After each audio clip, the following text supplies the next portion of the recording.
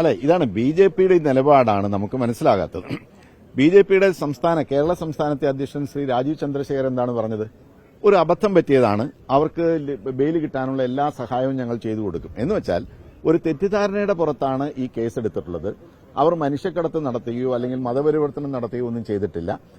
പോലീസിന് ഇങ്ങനെ ഒരു തെറ്റിദ്ധാരണ വന്നതിന്റെ പുറത്താണെന്ന് ഒരു വശത്തുകൂടി പറയുകയും ഇപ്പോൾ ഈ കേസ് ഇതിപ്പോ നാഷണൽ ഇൻവെസ്റ്റിഗേഷൻ ഏജൻസി അല്ലെങ്കിൽ അതിന്റെ കോടതിയിലേക്ക് മാറ്റി എന്ന് പറയുമ്പോൾ ഇതെന്ത് കളിയാണ് കളിക്കുന്നതെന്നുള്ളതാണ് നമ്മൾ മനസ്സിലാക്കേണ്ടത്.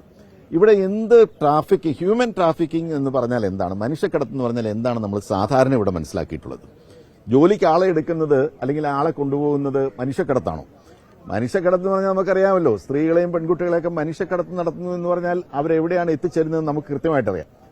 ഈ രാജ്യത്തുള്ള ഒരു ക്രൈസ്തവ വിഭാഗത്തിൽപ്പെട്ട 2 സഹോദരിമാർ അവരങ്ങനെയുള്ള പ്രവർത്തനങ്ങൾ ചെയ്യുന്നവരാണോ? അങ്ങനെ എന്തെങ്കിലും ഒരു ചരിത്രം ഇന്നുവരെ കേട്ടിട്ടുണ്ടോ? അപ്പം മനുഷ്യക്കടത്ത് നടത്തി എന്ന് പറയുന്നത് 100% അവാസ്തവമാണ്, തെറ്റാണ്. മറ്റൊന്ന് മതപരിവർത്തനമാണ്. ഇന്ന് മതപരിവർത്തനമാണ് നടത്തിയത്. ഞങ്ങൾ ഇന്നലെ ബഹുമാനപ്പെട്ട ഛത്തീസ്ഗഡിലെ മുഖ്യമന്ത്രി വിഷ്ണു സായ് അദ്ദേഹത്തോട് ചോദിക്കുകയുണ്ടായി. അദ്ദേഹം പഠിച്ചത് ലേവള കോളേജിലാണ്, ലേവള സ്ഥാപനത്തിലാണ്, ക്രൈസ്തവ സ്ഥാപനത്തിലാണ്, കാത്തലിക് കമ്മ്യൂണിറ്റി നടത്തുന്ന സ്ഥാപനത്തിലാണ്. അദ്ദേഹം പറഞ്ഞു, എനിക്ക് ആ സ്ഥാപനത്തിൽ ഞാൻ അവിടെ പഠിച്ചാണ്, എനിക്ക് അതേക്കുറിച്ച് നല്ല. ഞങ്ങൾ അദ്ദേഹത്തോട് ചോദിച്ചു, എന്തെങ്കിലും അങ്ങ് അവിടെ പഠിച്ച കാലത്ത് എന്തെങ്കിലും മതപരിവർത്തനത്തിനുള്ള ഏതെങ്കിലും ഒരു നീക്കമോ എന്തെങ്കിലും ഉണ്ടായിട്ടുണ്ടോ? അദ്ദേഹത്തിനൊന്നും ഒരു മറുപടിയും പറയാനില്ല. അദ്ദേഹം പറഞ്ഞു, അങ്ങനെയുള്ള പ്രശ്നങ്ങളൊന്നുമില്ല.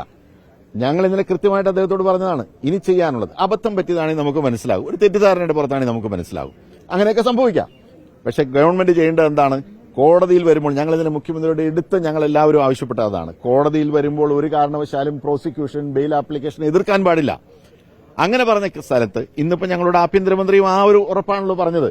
അങ്ങനെ പറഞ്ഞ സ്ഥാനത്ത് ഇപ്പൊ ഇത് നാഷണൽ ഇൻവെസ്റ്റിഗേഷൻ ഏജൻസിയുടെ പരിധിയിലേക്ക് വിട്ടിരിക്കുന്നു എന്ന് വെച്ചാൽ ഇതിന്റെ ഡയമെൻഷൻ വർദ്ധിക്കുകയാണ്.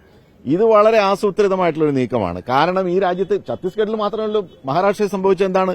അവിടുത്തെ BJPയുടെ MLA ഒരു തെരഞ്ഞെടുക്കപ്പെട്ട MLA എന്താണ് പറഞ്ഞത്?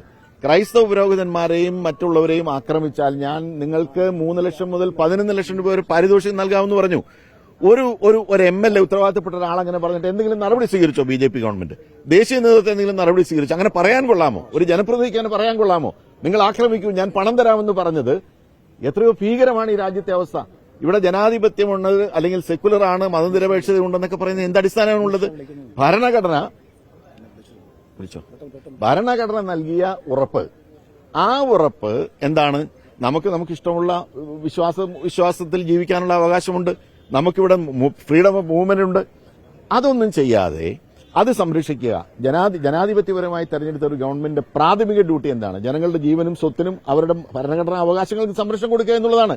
ആ കാര്യത്തിൽ ഛത്തീസ്ഗഡ് ഗവൺമെന്റ് പരാജയപ്പെട്ടിരിക്കുന്നു.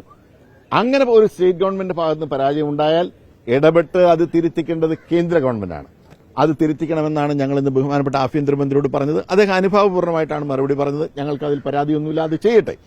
പക്ഷേ ഇവിടെ ഇപ്പോൾ ഇതിന്റെ മാനം കൂടുതൽ വഷളായിരിക്കുന്നു.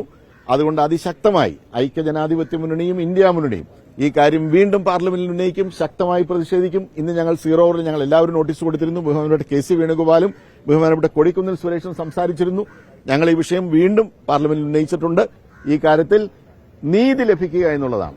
ഇതിനകത്ത് സിസ്റ്റേഴ്സ് ഒന്നും അല്ലെങ്കിൽ മറ്റാരൊന്നുമല്ല, ആരുമായിക്കൊള്ളട്ടെ, ഒരു പൌരന്റെ അവകാശമാണ്. ആ അവകാശത്തിന് നേരെയുള്ള അതിക്രൂരമായിട്ടുള്ള കടന്നുകയറ്റം, നിന്ദ്യമായിട്ടുള്ള കടന്നുകയറ്റം ആരാണ് ഈ ബജരംഗ് ദൾ? പോലീസ് ചോദ്യം ഞങ്ങൾക്ക് മനസ്സിലാകും. സംശയാസ്പദ സാഹചര്യത്തിൽ കണ്ടാൽ പോലീസിന് ചോദ്യം ചെയ്യാം. ബജരംഗ് ദളിന് ചോദ്യം ചെയ്യാനുള്ള അവകാശം എന്താണ്? അവർക്കെതിരെ നടപടിയെടുക്കണ്ടേ? അവർ പോലീസ് സ്റ്റേഷനിൽ പോലീസ് ഉദ്യോഗസ്ഥന്മാരുടെ കൺമുന്നിൽ വെച്ചാണ് ആ സിസ്റ്റേഴ്സ് കരഞ്ഞുകൊണ്ട് പറഞ്ഞു, ഞങ്ങളുടെ ജീവിതത്തിൽ ഇതുപോലുള്ള ദാരുണമായ ദുഃഖകരമായ അനുഭവം ഉണ്ടായിട്ടില്ല, അത്ര മോശമായ ഭാഷയാണ് ഞങ്ങളോട് ഉപയോഗിച്ചത്. കൂടെ വന്ന ഒരു വ്യക്തിയെ അതിക്രൂരമായി മർദ്ദിച്ചു. ഇവരെ മർദ്ദിക്കാൻ തുടങ്ങിയതാണ്, പിന്നെ എന്തോ അവർ മാറി നിന്നു. അപ്പൊ ഇങ്ങനൊരു ഭയാനകമായ ഒരു സാഹചര്യം ഛത്തീസ്ഗഡിലും രാജ്യത്തിന്റെ പല ഭാഗത്തും ഉണ്ടായിരിക്കുന്നു. ക്രൈസ്തവ ന്യൂനപക്ഷങ്ങൾ ഈ രാജ്യത്ത് എന്താണ് പ്രിയമുള്ളവരെ ചെയ്യുന്നത്? ഇവിടെ വിദ്യാഭ്യാസ സ്ഥാപനങ്ങൾ നടത്തുകയും ആതുരാലയങ്ങൾ മുഖ്യമന്ത്രി തന്നെ പറഞ്ഞു, അദ്ദേഹം പഠിച്ചത് അവിടെയാണ്. നമ്മുടെ വിദേശകാര്യമന്ത്രി അദ്ദേഹം സെയിന്റ് സ്റ്റീഫൻസ് കോളേജിലാണ് പഠിച്ചത്. ഇവരെല്ലാവരും ഈ ക്രൈസ്തവ സ്ഥാപനങ്ങളിൽ, വിദ്യാഭ്യാസ സ്ഥാപനങ്ങളിൽ അവരുടെ മക്കൾക്കും കൊച്ചുമക്കൾക്കും അഡ്മിഷൻ കിട്ടാൻ വേണ്ടി സമ്മർദ്ദം ചെലുത്തുകയും ക്യൂ നിൽക്കുകയും ചെയ്യുക. ഒരു വശത്തുകൂടി എല്ലാ ആതുര ശുശ്രൂഷാ കേന്ദ്രങ്ങളിൽ പോയി ചികിത്സ, അതിനൊന്നും ഒരു തെറ്റുമില്ല, നല്ല കാര്യം. അങ്ങനെ ചെയ്തിട്ട് അവിടെയൊക്കെ എന്ത് മതപരിവർത്തനമാണ് നടത്തുന്നത്? ഇവർ പറയട്ടെ, ആരെയാണ് മതപരിവർത്തനം നടത്തിയത്? പിന്നെ ആർക്കെങ്കിലും സ്വതന്ത്രമായിട്ട് ഏതെങ്കിലും മതത്തിൽ ചേരാനുള്ള അവകാശം ഇവിടെ ഭരണഘടന നൽകിയിട്ടുണ്ട്. അതിനപ്പുറം ഏതെങ്കിലും തരത്തിൽ എന്തെങ്കിലും പ്രലോഭനങ്ങളോ സമ്മർദ്ദമോ നടത്തിയിട്ടുണ്ടെങ്കിൽ അവർക്കെതിരെ നടപടിയെടുക്കണമെന്ന് തന്നെയാണ് ഞങ്ങളുടെ നിലപാട്. ഇന്നലെ ഞങ്ങൾ ഹെൻറി ടാക്കൂർ റായ്പൂരിലെ ആർച്ച് ബിഷപ്പിനെ കണ്ടു. അദ്ദേഹം പറഞ്ഞു, കത്തോലിക്ക സഭ അല്ലെങ്കിൽ ക്രൈസ്തവ സമൂഹത്തിന് വ്യക്തമായ നിലപാടുണ്ട്. ഒരു സമ്മർദ്ദവും ഒരു തരത്തിലുള്ള പ്രലോഭനവും നടത്തി ആരെയും മതം മാറ്റാൻ പാടില്ല. അങ്ങനെ ചെയ്യുന്നത് ക്രൈസ്തവികതയല്ല എന്ന് അദ്ദേഹം തെളിച്ചു പറയുകയുണ്ടായി. അങ്ങനെ നിലപാടെടുത്തുള്ള സഭയിലെ 2 സന്യാസിനികളെ ഇതുപോലെ ക്രൂരമായി പീഡിപ്പിക്കുന്നത് അങ്ങേയറ്റം നിർഭാഗ്യകരമാണ്. ഞങ്ങൾ ശക്തമായി പ്രതിഷേധിക്കുന്നു. ഐക്യജനാധിപത്യ മുന്നണിയും ഇന്ത്യ മുന്നണിയും ഏതറ്റം വരെ പോയിട്ടാണെങ്കിലും ഈ നിലപാട് തിരുത്തിക്കാനുള്ള ശക്തമായിട്ടുള്ള സമരപരിപാടികൾ തീർച്ചയായിട്ടും നടത്തും. പാർലമെന്റിൽ ഞങ്ങൾ ഈ വിഷയം വീണ്ടും ഉന്നയിക്കും.